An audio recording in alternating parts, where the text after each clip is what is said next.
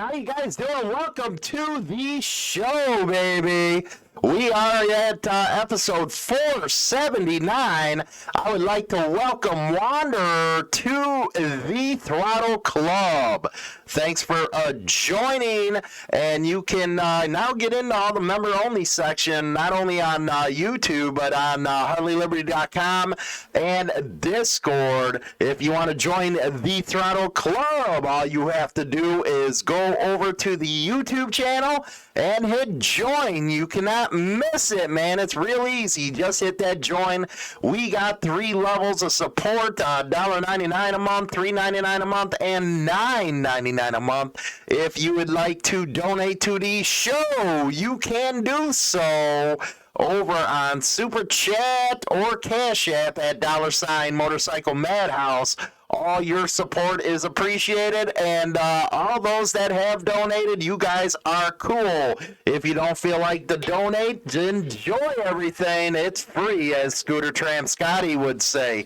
You know, Scooter Tramp, man, Scotty, he's everywhere, man. It's pretty cool, isn't it? Everywhere he's like, I think he's in Mexico right now. That's what I call an old school Scooter Tramp, man. He's just living the life. Must be a hard life, man. I don't know. But I don't know if I'd be able to do that. It takes a special kind of breed. But anyway, we got some important stuff coming up today. Boy, do we. The Supreme Court is about to rule if cops can go and grab your guns without a search warrant or any of that type of stuff. It's probably the red flag law. Who knows? But, you know, that right now is, it's on their docket, and we're going to go read a story about that. Also, I think it violates the Fourth Amendment. We've been talking about the Fourth Amendment forever. Also coming up in the news, the feds just sentenced a member of the Pagans for gun charges or something like that. I'll have to look it up. But anyway, it is, how's the audio? Hopefully it sounds fine. You know what? We've been having a hell of a time with the audio, man. I'm going back and forth with mixers. And baby, I'm getting aggravated, I can tell you that. So let's get into our main subject today, and that happens to be this Supreme Court deal. And this is scary, sad state of affairs. Right here it is with Forbes. Supreme Court will decide whether police can enter a home to seize guns without a warrant. And let me tell you something. For those people that were naysayers saying, well, they won't do that. Yeah, they will. And they have been doing it with these red flag laws. A lot of us bikers, we carry, and we're legal. We carry guns on our persons where states allow, and we also love guns. But with the new administration, they don't like guns so much. I'm betting give it about 6 to 7 months, and they're going to try to push in something very crazy. There's one bill right now where they say you have to, and it came from that moron down in Texas, Sarah Jackson, whatever it is, man. You know what? I'm not going to get into that. But anyway, she introduced a deal where you have to register, you'd have to take a federal firearms course, totally killing the Second Amendment. And I blame this 6-3 Supreme Court deal, even though they claim to stand with gun rights. We got a moron as Chief Justice, and I think it was Kavanaugh. He said, well, why ain't we taking up any gun cases and stuff? I just can't stand the, you know what, I think they really need to be voted, man, and term limited just like everybody else. I think they're freaking worthless is what I think. But they haven't taken up any gun cases since Heller. And what they need to do once and for all is say you either got a Second Amendment or you don't. It's that easy, man. Stop dancing around the case. Read the Constitution as it is, and then make your decision. Everybody's getting sick of these gun control laws. All these people going around and saying, well, you need to go do a firearms test. I really wish you would have tried to do that in the West or in the early days of this country, man. That's how bad everything has really gotten. And now the law enforcement, yesterday's segment, we covered how prosecutors and law enforcement are overstepping the bounds when it comes to some of these laws like RICO and gang enhancement. It's just stupid. Anyway, if you haven't heard of this one, you need to. Evan Gerstmann out of Forbes writes, and he claims he's a professor and published on constitutional and educational issues. Everybody's an expert. The Fourth Amendment right against warrantless searches of a person's home is a pillar of Americans' constitutional liberties.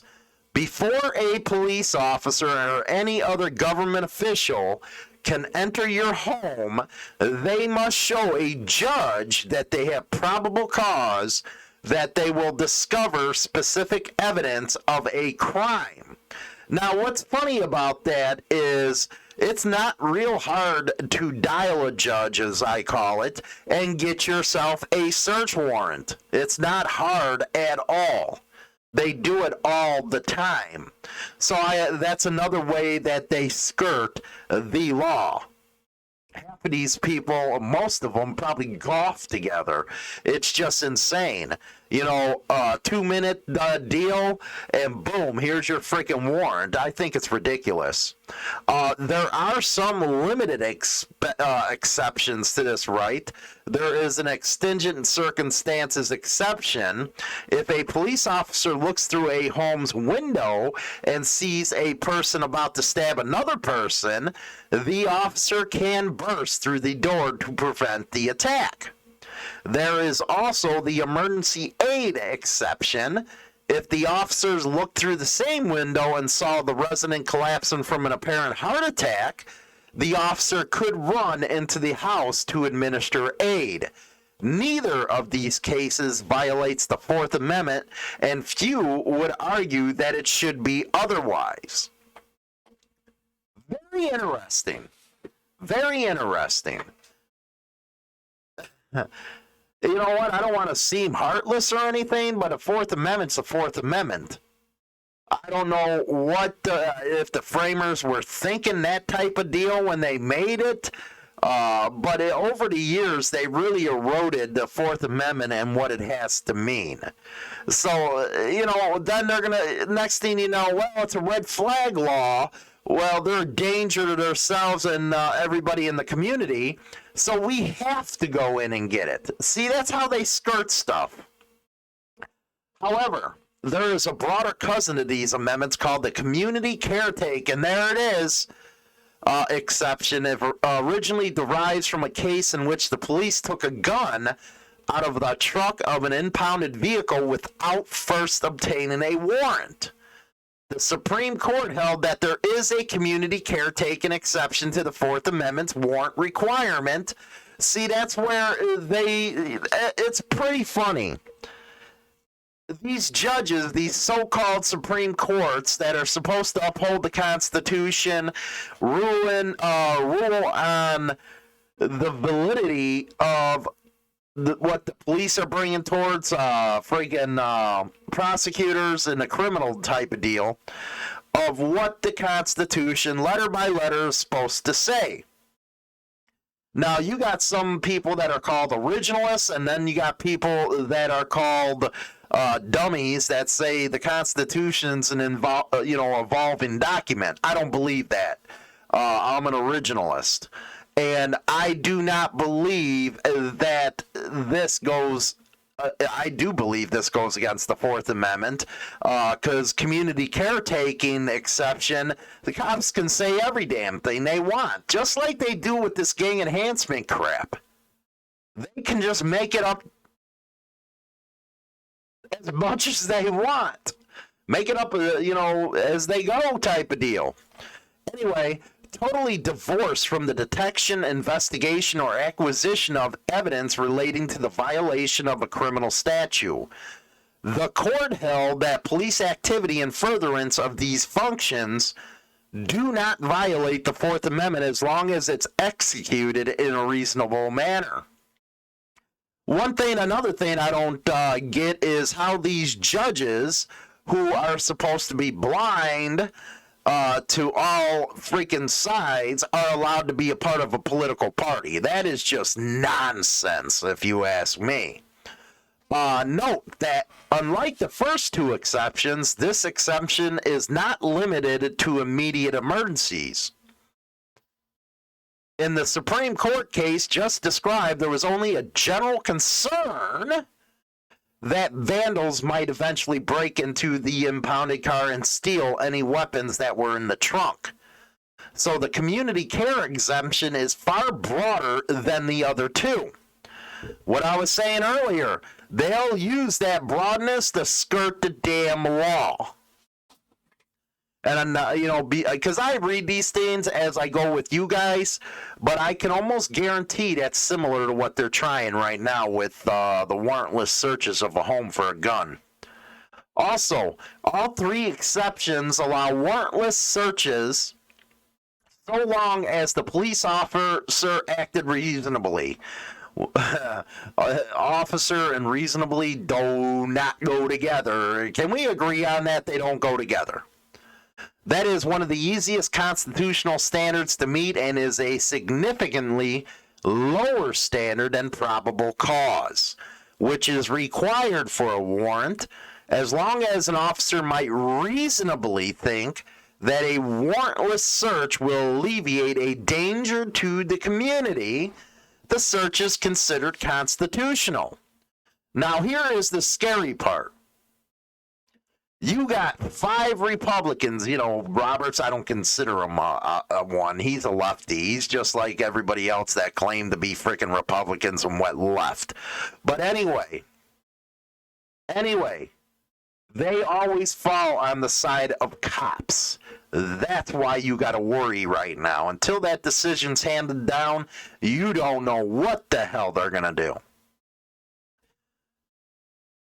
There is a vigorous debate about whether the community care exception can apply to searches of a person's home as well as their car. Now, cars are out in the public square, so yeah, they're going to skirt the community exception, but somebody's home? I don't think so, man. If that's the case, you'd have cops breaking down your damn door because they said, well, we had a worry. We're reasonably thinking that you're a danger to the community. Vehicles always had less Fourth Amendment protection than homes, which are considered a person's most private sphere. Federal courts have been divided on this question, and now the Supreme Court has not ruled. Now we're going to see. The court has just announced that it will hear arguments next month on a case that presents this issue. Caniglia versus Strom. In this case, the plaintiff was arguing with his wife and melodramatically put an unloaded gun on the table and said, "Shoot me now and get it over with." His wife called a non-emergency number for the police, who arrived shortly after. The police disagreed about whether he was acting normal or agitated, but they convinced him to take an ambulance to the local hospital for evaluation. The police did not accompany him. While he was on the way to hospital, the wife told the police that her husband kept 2 handguns in the home. The police decided to search his home for the guns without obtaining a warrant. But see, wait a second here. She gave him permission. See, this is where they're going to get this freaking deal through. She gave them permission to search. At that point, I don't think you need a warrant. the consent to have the police search their home was legally negated because the police untruthfully told her that her husband had consented to the seizure of any guns. Oh, wait a second. Now that turns everything around, where they claim that they had his permission.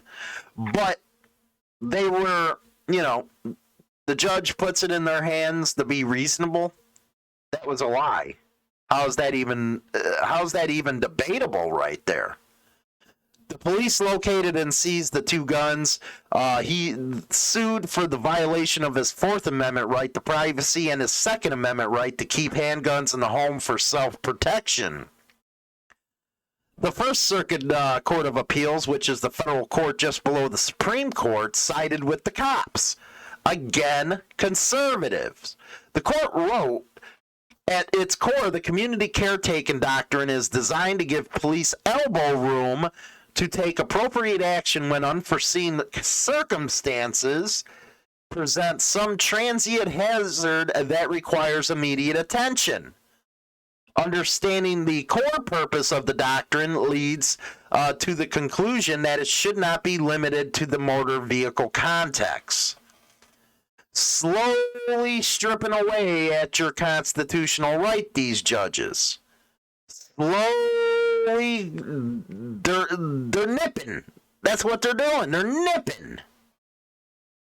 It is certainly true that police need a good deal of discretion in carrying out their very complex and sometimes dangerous duties. But they are also powerful agents of the government, and their power is supposed to be restrained by the Bill of Rights. You're damn right. The Fourth Amendment is supposed to protect the home above all other places. And whatever one's view on gun control may be, the Supreme Court has clearly held that the right to keep handguns in the home is at the core of the Second Amendment. I bet our framers would be like freaking out right now with this type of example. They'll be like, hell no. One of the reasons why there was the Fourth Amendment, besides the illegal search and seizure stuff, was the British troops invading people's home, man. Come on.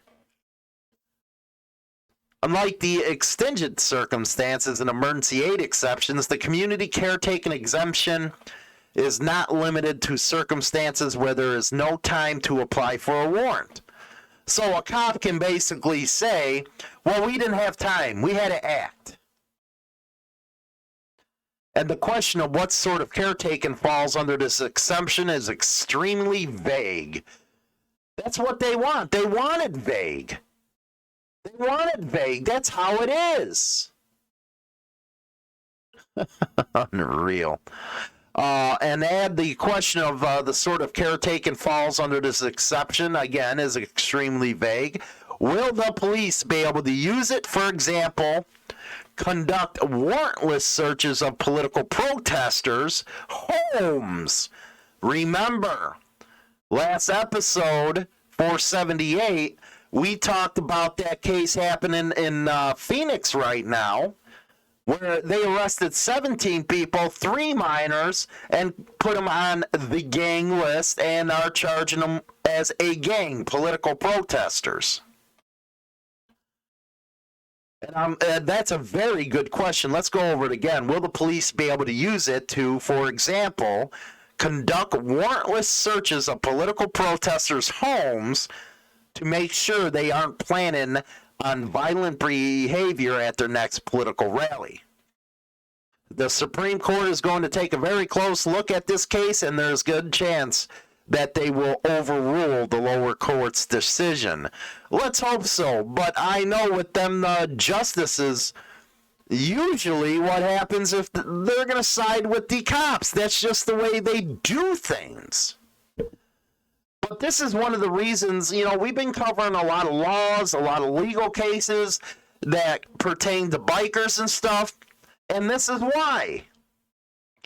Because if you don't know the laws, your rights, all that kind of stuff, you're going to be out there with your ass hanging out in the air.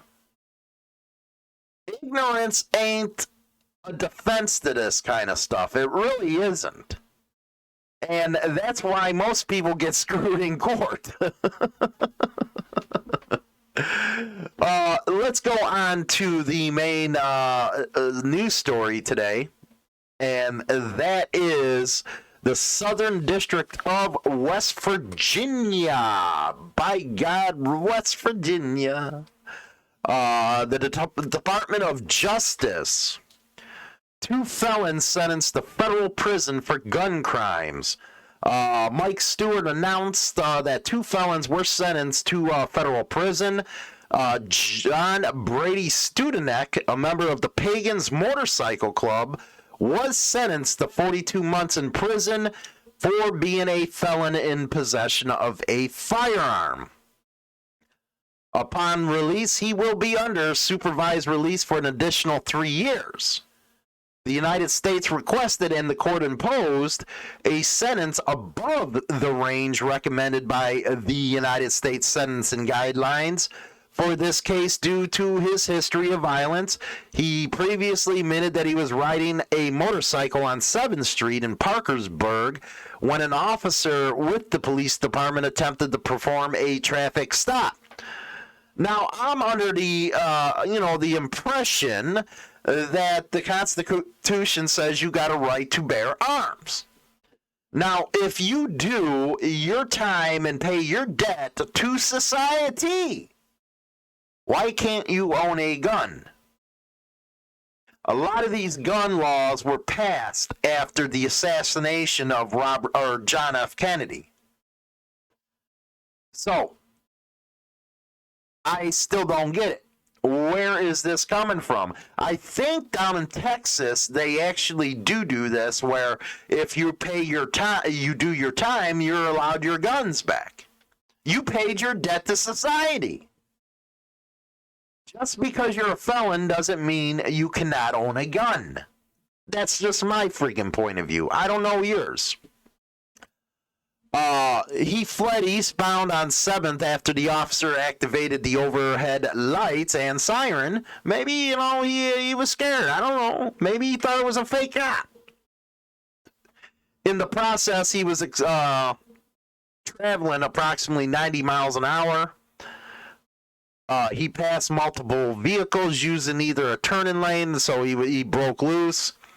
Eventually, he wrecked the motorcycle on Core Road and was taken into custody following a brief physical struggle, which he initiated by charging the arresting officer. Oh, sure. He charged him after just getting off of you just wrecking a bike. Come on. The person was searched, a loaded Taurus 9mm was located in his waistband. Only thing I would have done is I had to chuck that sucker. Ammunition, as well as approximately 20 grams of meth and a small amount of marijuana, were also found. He was not legally permitted to possess a firearm due to a previous conviction for a felony offense of malicious assault on the 22nd of September 2010. Again, he paid his dues. He paid his dues from that crime, so why can't he have a gun? Now, I don't agree with the meth and all that kind of stuff, but I'm talking about the gun part. Pay your time, you do your time, you pay. That's what you do. And then you get your stuff back. Ronald Sales of Charleston, this another guy, was sentenced to 21 months in prison for being a felon in possession of a firearm. He also was sentenced to a concurrent term of 8 months in prison for violating his term of supervised release. Unfreaking real. This is from the Southern District of West Virginia. But do you guys agree, man? If they do the time, let them have their fucking gun. Anyway, now something we're learning from overseas. Ain't this a freaking surprise? The Andrews anti-bikie laws fall flat. Good deal. Some people over there in Australia might like freaking rights. The labor anti-association laws are yet to be used against, or again, highlights the Daniel Andrews failure to tackle serious organized crime. Well, I guess he likes, people having their rights, man. A review of Labor's anti-association orders, which promised to stop bikie gangs in their tracks, has found that in the more than 5 years since their introduction, they remain unused, with no orders having been issued to date. Maybe because even the cops over there know it's stupid. Anti-association orders are an important policing tool to prevent criminals from organizing and have been used under similar legislation in New South Wales to issue 8,500 warnings to 2,400 people within a 4-year period. Now, that is why I love our Bill of Rights, man. Our freaking, all our rights in the, the Constitution, to associate with who we want to. No matter what the hell they say, you still have that right to do so, even though when you're going under the criminal freaking spear, they tell you who you can and cannot associate with. Freaking real. Labor's failure to act on these broken laws comes as Victoria police data confirms outlaw motorcycle gang members have risen from 1,200 to 2,112 between 2013 and 2020. And anti-gang or gun firearms prohibition orders continue to be held back by a slow rollout. Daniel Andrews' failed laws are giving organized criminals across the nation the green light. You know what's funny is you guys would be really screwed if clubs over there decided not to wear colors on their back. You'd be really screwed at that point. Let's see your anti-consortium laws actually work if that was the freaking case. Yeah, right. Anyway, as stated by Shadow Minister for Police and Community Safety, quote, it's clear Daniels is asleep at the wheel on community safety when after 5 years, these broken laws still haven't been fixed. Daniel, you know what? I'm going to have to freaking say, you can kind of, the anti-bikie laws and the gang enhancement laws are kind of one and the same. Do you agree or no? I don't know.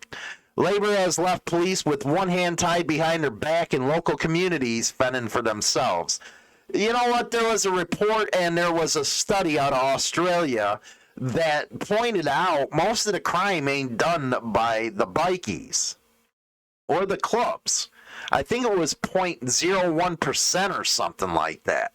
So you're making a mountain out of a molehill, if you ask me. Daniel Andrews needs to bring new laws before Parliament. That's one thing I can't even stand about the United States is the fact that we have all these laws on the books, all of them, and the next thing you know, something happens, let's say the 6th of January, and all of a sudden more laws need to be passed. What kind of crap is that, really?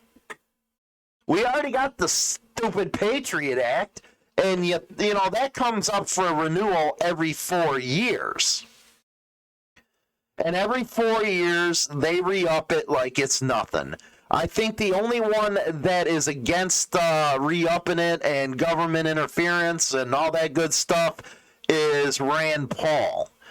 Nobody in that freaking Congress that are supposed to represent us gives two crap, man. They'll just approve it because they always say national security or it's for the safety of the American people. We gotta pass it. We gotta give our law enforcement the tools to protect us.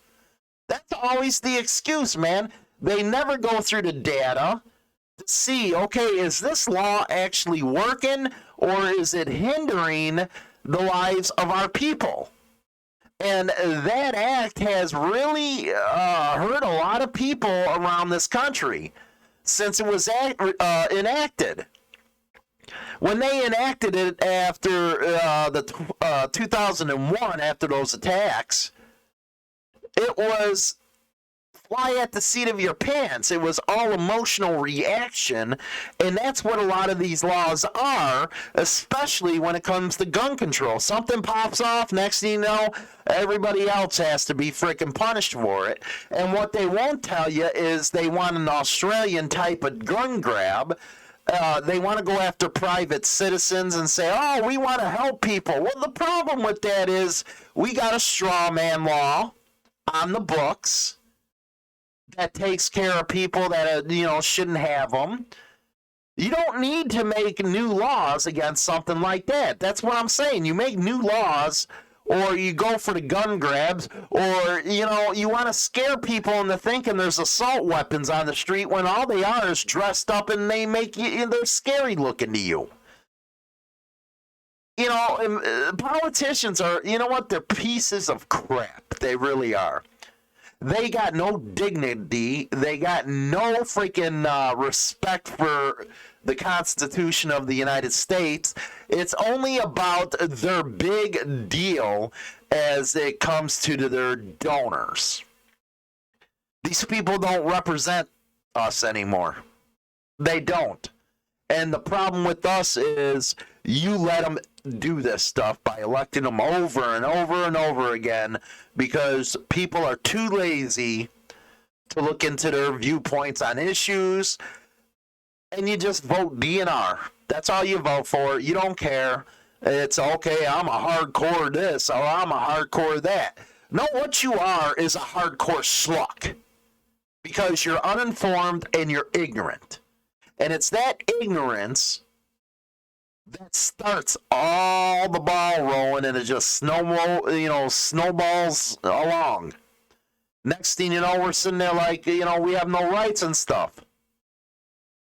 That's just my opinion on that. Let me know what you guys think in the comment section, especially about if a felon's already done his time, if he should get his rights back, which I think so.